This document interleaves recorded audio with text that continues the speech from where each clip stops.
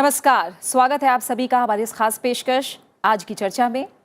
सोमवार से शनिवार आप देख सकते हैं समसामयिक विषयों पर आधारित हमारा ये खास कार्यक्रम आज की चर्चा। मैं हूं प्रीति सिंह और आज की चर्चा स्पेशल मैरिज एक्ट यानी विशेष विवाह अधिनियम पर। दरअसल हाल ही में धर्म परिवर्तन करके शादी करने पर इलाहाबाद हाईकोर्ट के फैसले ने सबका ध्यान स्पेशल मैरिज एक्ट यानी विशेष विवाह अधिनियम की ओर खींचा है। इलाहाबाद उच्च न्यायालय ने चिंता जताते हुए कहा है कि महज शादी के लिए धर्म परिवर्तन स्वीकार नहीं किया जा सकता है, जबकि दो अलग अलग धर्म के लोग स्पेशल मैरिज एक्ट यानी विशेष विवाह अधिनियम के तहत बिना धर्म परिवर्तन किए विवाह कर सकते हैं। इलाहाबाद हाईकोर्ट का जो पहला फैसला है वो इसी साल सितंबर का है। इस फैसले में हाईकोर्ट ने शादी के लिए धर्म परिवर्तन करने वाली एक लड़की को पुलिस सुरक्षा देने से इनकार कर दिया था। ये लड़की जन्म से मुस्लिम थी, लेकिन एक हिंदू लड़के से शादी करने से 1 महीना पहले उसने अपना धर्म परिवर्तन करके नाम बदल लिया था। फैसले में हाईकोर्ट ने कहा कि इससे स्पष्ट होता है कि लड़की ने सिर्फ शादी के लिए धर्म परिवर्तन किया था। हाईकोर्ट ने अपने फैसले में 2014 के एक मामले का भी जिक्र किया, जिसमें कोर्ट ने माना था कि शादी के लिए धर्म परिवर्तन करना स्वीकार नहीं किया जा सकता है। दूसरे फैसले की बात करें तो वो अक्टूबर का है, जिसमें हिंदू लड़की ने धर्म परिवर्तन करके एक मुस्लिम युवक से शादी की थी। हाईकोर्ट ने अपने फैसले में कहा कि शादी करने के लिए धर्म बदलने की जरूरत नहीं होनी चाहिए। साथ ही अपने फैसले में कोर्ट ने यूनिफॉर्म सिविल कोड को लेकर भी टिप्पणी की और कहा कि विशेष विवाह अधिनियम यूनिफॉर्म सिविल कोड की तरफ सबसे पहला प्रयास है। साथ ही फिलहाल अगर देखें तो भारत के 4 राज्य शादी के लिए या कहें प्यार में जबरन जो धर्म परिवर्तन है उसके खिलाफ कानून लाने पर विचार कर रहे हैं और ये राज्य हैं मध्य प्रदेश, उत्तर प्रदेश, हरियाणा और कर्नाटक। आज की चर्चा में हम बात करेंगे स्पेशल मैरिज एक्ट की यानी विशेष विवाह अधिनियम की। जानेंगे इससे जुड़े जो तमाम प्रावधान हैं वो क्या कहते हैं और शादी के लिए जबरन धर्म परिवर्तन को लेकर भी जो अलग अलग पहलू हैं उस पर हम चर्चा करेंगे। और इस पर चर्चा के लिए हमारे साथ 2 खास मेहमान मौजूद हैं। हमारे साथ हैं विधि और न्याय मंत्रालय के पूर्व सचिव पीके मल्होत्रा साहब और सुप्रीम कोर्ट के अधिवक्ता सुनीता ओझा जी। आप दोनों मेहमानों का बहुत बहुत स्वागत है इस कार्यक्रम में। सुनीता जी, पहले आपसे शुरुआत करूंगी और मोटे तौर पर जो बेसिक है पहले मैं चाहूंगी वो आप क्लियर करें। विशेष विवाह अधिनियम क्या है, इसके प्रावधान आखिर क्या कहते हैं? नमस्कार Preeti ji. Special marriage act और विशेष विवाह अधिनियम 1954 में पास हुआ।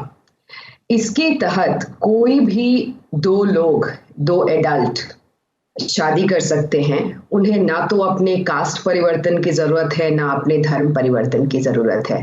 ये एक बड़ा ही प्रोग्रेसिव एक्ट था जिसको हम सिविल मैरिज एक्ट भी कहते हैं और इसके और 2-3 इसमें बड़े अच्छे प्रावधान थे, जैसे कि अगर आप शादी भी करते हैं अंडर स्पेशल मैरिज एक्ट तो ये नहीं कि आपकी एंसेस्ट्रल प्रॉपर्टी से आपके अधिकार चले जाएंगे, वो अधिकार सुरक्षित रहते हैं।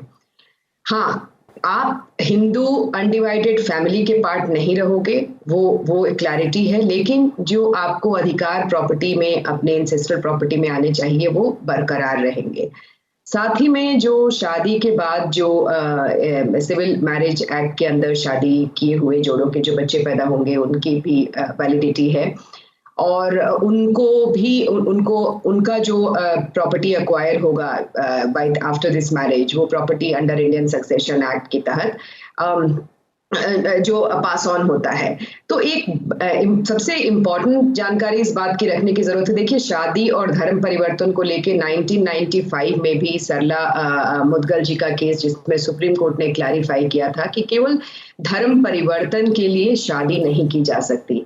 1995 से 2000 में बहुत सारे ऐसे ट्रेंड थे जिसमें कि बहुत लोग धर्म परिवर्तन करके दूसरी शादी करते थे और वो बाइगमी से बचने के लिए एक जरिया माना जाता था कि पहली पत्नी को तलाक नहीं दिया, उसके अधिकारों की सुरक्षा नहीं की, उसके देख रेख की पूरे संसाधन नहीं उनको पर्याप्त जुड़ाए और दूसरी शादी धर्म परिवर्तन के लिए कर ली। उस समय की जो सरला मुदगल 1995 की जो जजमेंट है, जो उसके बाद लिली थॉमस में जजमेंट में भी सुप्रीम कोर्ट ने दोबारा इस बात के लिए ये आवाज उठाई कि भाई जो धर्म, राइट टू रिलीजन सभी कोई को है, फ्रीडम ऑफ आप प्रैक्टिस कर सकते हो, आप प्रोफेस कर सकते हो, लेकिन इन केसेस में अगर आप देखें तो आप देखेंगे कि जो धर्म परिवर्तन होता है केवल शादी को करने के लिए ही किया जाता है। तो जहां तक मुझे लगता है कि एक स्पेशल मैरिज एक्ट के बारे में ज्यादा जोरदार बात करने की जरूरत है कि भाई अगर आप शादी करना चाहते हो इंटर रिलीजन इंटर कास्ट, तो आपके अधिकार कहीं खत्म नहीं होंगे। आप बाकायदा अपने अधिकारों के, अपने प्रॉपर्टी राइट सब कुछ सिक्योर रखते हुए भी इस अंडर स्पेशल मैरिज एक्ट आप कर सकते हैं। इनफैक्ट इलाहाबाद हाई कोर्ट ने जो जजमेंट दी है, it's a reiteration of the legal structure as is existing today. In fact तो मैं जहां तक मुझे लगता है कि ये इसके बाद शायद थोड़ा जागरूकता भी आए लोगों में, और पता भी चले कि जी नहीं, जरूरत नहीं है, धर्म अलग चीज है, शादी अलग चीज है। बिल्कुल। मल्होत्रा साहब, आप क्या कहेंगे, क्योंकि जब दो अलग अलग धर्म के लोग शादी करते हैं तो हमारे समाज में यही धारणा है कि जो धर्म परिवर्तन करके ही शादी होगी, ये तब एक धारणा है। अगर हम साधारण जो कोर्ट मैरिज होती है, अलग अलग पर्सनल लॉ या कहें जो धर्मों के कानून है उनके मुताबिक, और जो विशेष विवाह अधिनियम के तहत जो कोर्ट मैरिज होती है, इनमें अंतर को समझें तो बड़ा अंतर क्या है? प्रीति जी, जैसा कि सुनीता जी ने अभी एक्सप्लेन किया, स्पेशल मैरिज एक्ट के अंदर कोई भी व्यक्ति जो दो अलग अलग धर्मों का या कम्युनिटी को बिलोंग करता है, वो स्पेशल मैरिज एक्ट के अंदर विवाह कर सकता है।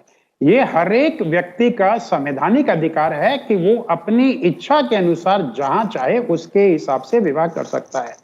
आपने जो प्रश्न उठाया कि जो ऑलरेडी हमारे धार्मिक जो कानून बने हुए हैं उसके अंदर विवाह का जो है एक प्रोसीजर होता है।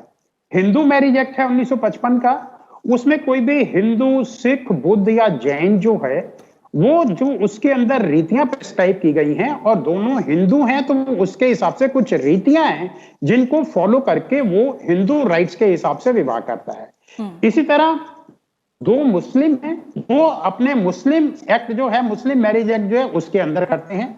क्रिश्चियनिटी के लोग जो क्रिश्चियन धर्म को फॉलो करते हैं वो उसके अंदर फॉलो करते हैं। लेकिन अगर दो व्यक्ति जो इंटरकास्ट मैरिज करना चाहते हैं या इंटरफेथ मैरिज करना चाहते हैं, उनके लिए 1954 में ये कानून लाया गया। जैसा कि सुनीता जी ने भी कहा, ये एक प्रोग्रेसिव लेजिस्लेशन है, क्योंकि उस समय जब जवाहरलाल नेहरू प्रधानमंत्री थे, उन्होंने भी, क्योंकि हमारे संविधान में आर्टिकल 44 में जो एक डायरेक्टिव प्रिंसिपल स्टेट पॉलिसी है, उसके अंदर यूनिफॉर्म सिविल कोड की बात की गई। लेकिन क्योंकि उस समय यूनिफॉर्म सिविल कोड को बहुत अपोजिशन था और लोग इसको एक्सेप्ट नहीं कर रहे थे, तो ये स्पेशल मैरिज एक्ट का प्रोविजन पार्लियामेंट द्वारा लाया गया कि अगर दो धर्मों के या दो कम्युनिटी के लोग जो अलग अलग कम्युनिटी को बिलोंग करते हैं वो शादी करना चाहें, तो इसमें कुछ कंडीशन ले डाउन की गई। अगर वो उस कंडीशंस को फुलफिल करते हैं तो वो इस कानून के अंदर शादी कर सकते हैं। मैं अपने दर्शकों का ध्यान उन कंडीशंस की तरफ भी लाना चाहूंगा। सुनीता जी ने कोर्ट जजमेंट की बात की है। सेक्शन 4 जो है वो कंडीशंस इसके ले डाउन करता है कि कोई भी जो व्यक्ति इस स्पेशल मैरिज के अंदर शादी करना चाहता है, उसको मैरिज ऑफिसर के पास एक एप्लीकेशन देनी होगी, और उस एप्लीकेशन में ये बताना होगा कि उन दोनों जो है वो शादीशुदा ऑलरेडी नहीं है, या अगर शादी हुई है तो उनका स्पाउस जीवित नहीं है या उससे तलाक हो चुका है। दूसरा जो है वो कंसेंट देने की कैपेसिटी में है, मतलब ना तो वो इनसेन है, ना वो किसी मेंटल डिसऑर्डर से उसको कोई मेंटल डिसऑर्डर है। तीसरी कंडीशन थी कि जो पुरुष है उसकी 21 साल की एज है और जो महिला है उसकी 18 साल की आयु है, वो कंसेंट देने की कैपेसिटी में है। और चौथी कंडीशन थी कि वो प्रोहिबिटेड डिग्री, जो धर्म के हिसाब से प्रोहिबिटेड डिग्री होती है, उसमें फॉल नहीं कर सकते हैं। एक चीज और मैं क्लियर करना चाहूंगा, ऐसा नहीं है कि सेम धर्म के लोग या सेम जाति के लोग स्पेशल मैरिज एक्ट में शादी नहीं कर सकते। वो लोग भी कर सकते हैं अगर वो इस कंडीशन को फुलफिल करते हैं, लेकिन वो अपने धर्म के हिसाब से, क्योंकि जो उनका लॉ है, जो धर्म का लॉ है, उसके अंदर भी वो शादी कर सकते हैं। तो ये बताया गया, क्योंकि वो धर्म के हिसाब से जो शादी होती है उसमें आपका परिवार शामिल होता है, उसमें रीति रिवाज फॉलो किए जाते हैं, तो पूरे समाज को पता चल जाता है कि आपने शादी की है। लेकिन स्पेशल मैरिज एक्ट में क्योंकि दोनों व्यक्ति खुद मैरिज ऑफिसर के पास जाते हैं और ये डिक्लेरेशन देते हैं, इसलिए एक प्रावधान रखा गया कि जो मैरिज ऑफिसर है उसको 30 दिन का नोटिस देना होगा, और मैरिज ऑफिसर जो है उस नोटिस को एक कॉन्स्पिक्यूअस प्लेस पे डिस्प्ले करेगा कि ये दो व्यक्ति शादी करना चाहते हैं और अगर किसी को इस शादी से आपत्ति है तो वो उस आपत्ति को मैरिज ऑफिसर के सामने फाइल कर सकता है और मैरिज ऑफिसर उस आपत्ति को कंसीडर करेगा। लेकिन उसको कंसीडर करने के लिए उसने क्या देखना है, क्या सेक्शन 4 की जो रिक्वायरमेंट मैंने अभी बताई वो दोनों पार्टी फुलफिल करते हैं। अगर वो फुलफिल करते हैं तो वो मैरिज को रजिस्टर करेगा और 3 विटनेसेस के उसके ऊपर सिग्नेचर होंगे। ये प्रावधान इसलिए रखा गया ताकि अगर कोई अगर किसी व्यक्ति को ऐतराज होता है उसके ऊपर तो वो अपना ऐतराज फाइल करेगा, लेकिन ये ऑब्जेक्शन होगा सिर्फ उन्हीं कंडीशंस को लेके जो सेक्शन 4 में दी गई हैं। उसके बियॉन्ड कोई अगर ऑब्जेक्शन होता है तो वो नहीं लिया जाएगा। इसको लेकर के पंजाब एंड हरियाणा हाईकोर्ट ने भी एक जजमेंट दिया है, जहां की गुड़गांव में ऐसा हुआ कि एक व्यक्ति जो दो व्यक्ति शादी करना चाह रहे थे, उनके परिवार वालों को नोटिस दे दिया गया और उनको कहा गया कि इसको आप प्रेस में पब्लिश करिए। इस तरह का कोई रिक्वायरमेंट कानून के अंदर नहीं है, तो हाईकोर्ट ने यह डायरेक्शन दिया कि गुरुग्राम की जो मैरिज ऑफिसर है उसने जो इस तरह के इंस्ट्रक्शंस दी हैं वो कानूनी रूप से वैध नहीं है और इसकी कोई आवश्यकता नहीं है। केवल सेक्शन 4 के रिक्वायरमेंट्स की डिक्लेरेशन देने की जरूरत है और वो डिक्लेरेशन अगर दे दिया जाता है तो वो शादी जो है वो मान्य होगी। जहां तक आपने लव जिहाद की बात की है या जो इस तरह के मैरिजेस का लोग अपोज करते हैं, वो कानूनी प्रावधानों में कहीं भी उसका प्रोविजन नहीं है। इसके राजनीतिक कारण हो सकते हैं, इसके धार्मिक कारण हो सकते हैं, इसके सामाजिक कारण हो सकते हैं, क्योंकि हमारे समाज के अंदर आज भी इस तरह की प्रथा लागू है कि जो सामाजिक और धार्मिक रीतियां हैं उनको अभी भी वो बहुत रूढ़िवादी लोग जो हैं वो बहुत बुरी तरह से फॉलो करते हैं। और क्योंकि वो इसको फॉलो करते हैं तो वो स्पेशल मैरिज एक्ट के अंदर भी जो शादी अगर धर्म के हिसाब से कोई करना चाहता है या इस कानून के हिसाब से करना चाहता है तो उसमें रुकावट पैदा करते हैं।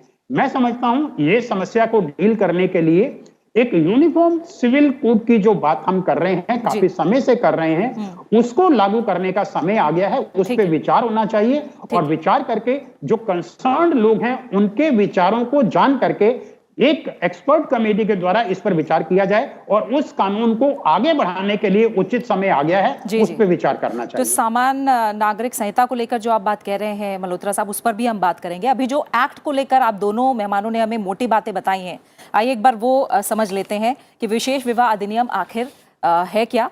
विशेष विवाह अधिनियम 1954 का एक ऐसा एक्ट है जिसमें 2 अलग अलग धर्म के लोग बिना अपना धर्म बदले रजिस्टर्ड शादी कर सकते हैं।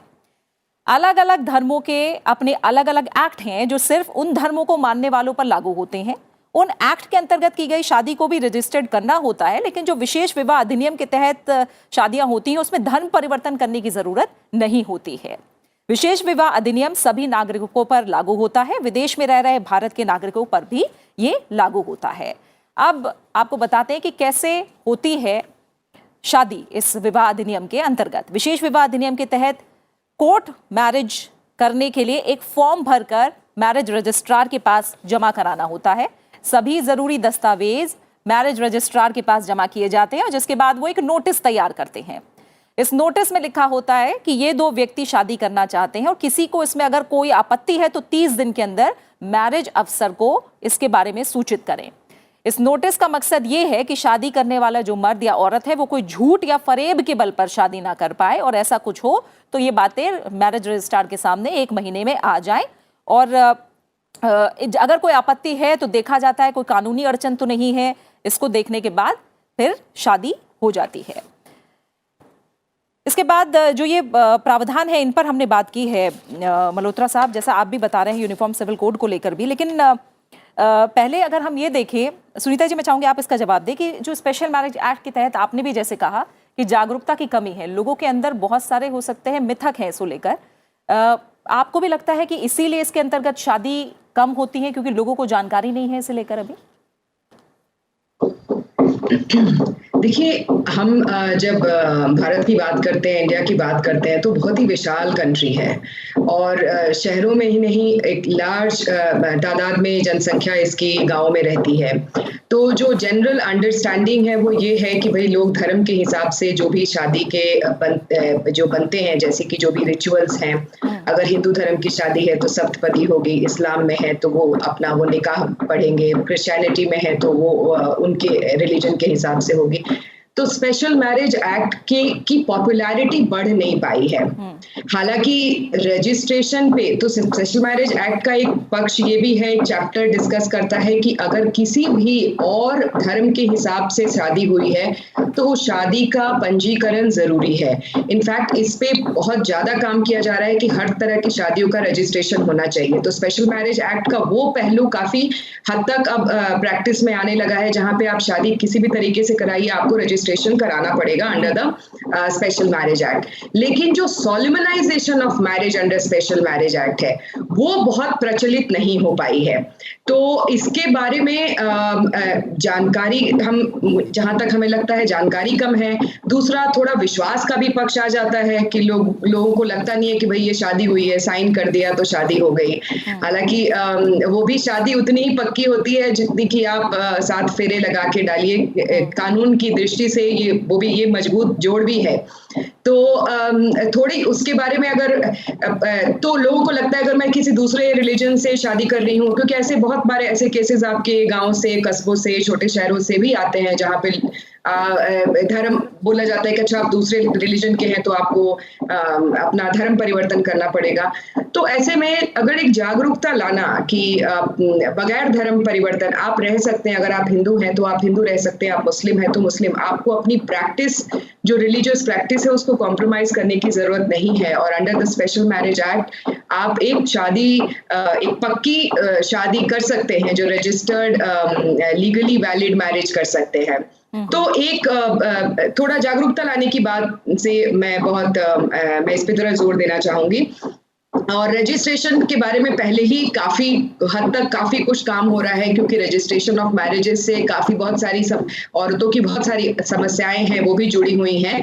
तो उसके लिए सुप्रीम कोर्ट, हाई कोर्ट्स ने समय समय पर काफी सारे निर्देश दिए हैं सरकार, स्टेट गवर्नमेंट्स को। और अब तो कंपलसरी हो गया है कि आपको शादी के 30 दिन में या 60 डेज तक में आपको रजिस्ट्रेशन कराना है। तो स्पेशल मैरिज एक्ट के अंदर होता है वो रजिस्ट्रेशन आपको स्पेशल मैरिज एक्ट के बगैर सॉलिमनाइजेशन का अभी प्रचलन कम है। ठीक है। और मल्होत्रा साहब, अगर इस एक्ट को लेकर पेचीदगियों की बात करें तो आपको क्या कोई पेचीदगियां नजर आती हैं?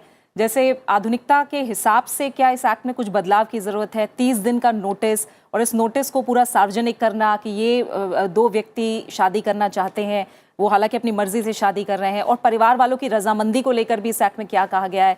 क्या कुछ कमियां, कुछ पेचीदगियां आज के समय के अनुसार आपको इस एक्ट में नजर आती हैं? आपने एक बहुत ही महत्वपूर्ण प्रश्न उठाया है ये बात कह करके। देखिए, हमारे देश के अंदर आज भी और इवन संविधान के अंदर भी जाति और धर्म को लेकर के बहुत सारी प्रथाएं भी प्रचलित हैं देश के अंदर, और संवैधानिक प्रावधान भी हैं। जैसे रिजर्वेशन की पॉलिसी है वो जाति और धर्म को लेकर भी है। तो इस वजह से जाति और धर्म दोनों हमारे समाज के अंदर बहुत गहरी पेट रखते हैं। और उसको लेकर के जो सुनीता जी ने भी कहा, स्पेशल मैरिज एक्ट का हालांकि लोगों को जानकारी है, लेकिन एक जिस तरह का विश्वास और कॉन्फिडेंस आना चाहिए कि स्पेशल मैरिज एक्ट में अगर मैरिज रजिस्टर हो गई तो ये भी उतनी ही वैध शादी है जितनी कि आप हिंदू रिचुअल के हिसाब से या क्रिश्चियन रिचुअल के हिसाब से या मुस्लिम रिचुअल के हिसाब से करते हैं। जितनी वैध वो है उतनी वैध ये भी है।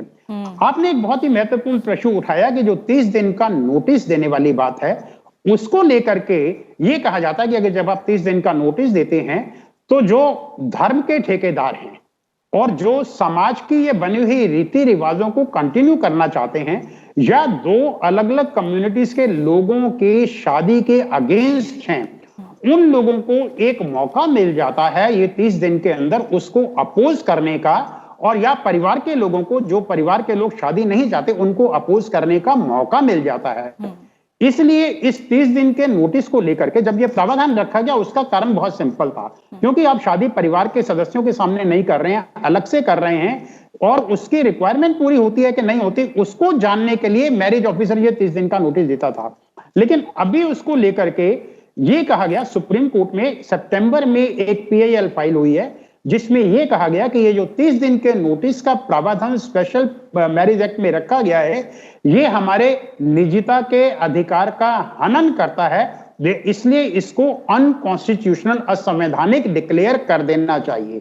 उसको लेकर के सुप्रीम कोर्ट ने ऑलरेडी एक इशू किया है कि क्या ये जो 30 दिन के नोटिस की रिक्वायरमेंट इस कानून में है लेकिन बाकी कानूनों में नहीं है, हिंदू मैरिज एक्ट में नहीं है, मुस्लिम मैरिज एक्ट में नहीं है, पारसी मैरिज एक्ट में नहीं है, क्या ये आर्टिकल 14 संविधान के आर्टिकल 14, आर्टिकल 19 और आर्टिकल 21 का वायलेशन करता है? क्योंकि अभी सुप्रीम कोर्ट ने पुट्टास्वामी के केस में 2017 में एक जजमेंट दिया जिसमें 9 जजेस के सुप्रीम कोर्ट की बेंच ने यह कहा कि राइट टू प्राइवेसी जो है वो भी आपका राइट टू लाइफ के अधिकार के अंदर कवर होता है, और ये जो नोटिस आप देते हैं 1 महीने का, ये आपका राइट टू प्राइवेसी का हनन करता है। इसलिए उसको अनकॉन्स्टिट्यूशनल डिक्लेयर करने के लिए सुप्रीम कोर्ट में एक PIL फाइल किया गया है। उस PIL पे अभी फैसला आना है। तो मेरे कहना जो मैं ये डिस्कशन कर रहा हूं उसका अर्थ यही है कि 1954 के एक्ट के भी कुछ प्रावधानों को ऑलरेडी सुप्रीम कोर्ट में चुनौती दी जा चुकी है कि मोर पर्टिकुलरली जो नोटिस पीरियड वाला है इसको चुनौती दी जा चुकी है, और इसके लिए भी जजमेंट हमारे सामने आना बाकी है। लेकिन कोई ना कोई सेफगार्ड आपको एक्ट में रखना जरूरी है। तो मैं समझता हूं ये जो नोटिस पीरियड का जो प्रावधान रखा गया है ये एक किस्म से सेफगार्ड है to ensure by the marriage officer कि जो पार्टीज आई हैं उनके सामने विवाह करने के लिए वो जेन्युइनली विवाह करना चाहती हैं और जो सेक्शन 4 की रिक्वायरमेंट है वो उसको पूरा करती है। बिल्कुल बिल्कुल। और सुनीता जी, जो कोर्ट ने जी मैं ये भी आप अपनी बात कहें उसमें मैं इसका भी जवाब चाहूंगी कि जो कोर्ट की जो अहम चिंता रही वो ये रही कि जबरन किसी का धर्म परिवर्तन ना हो शादी के लिए। अगर हम अलग अलग पर्सनल लॉ भी देखें या जो अलग मैरिज एक्ट हैं अलग अलग, उनमें अगर दबाव है किसी तरह का शादी के लिए धर्म परिवर्तन को लेकर, तो क्या किसी एक्ट में सजा को लेकर कुछ कहा गया है? क्या सजाएं हैं?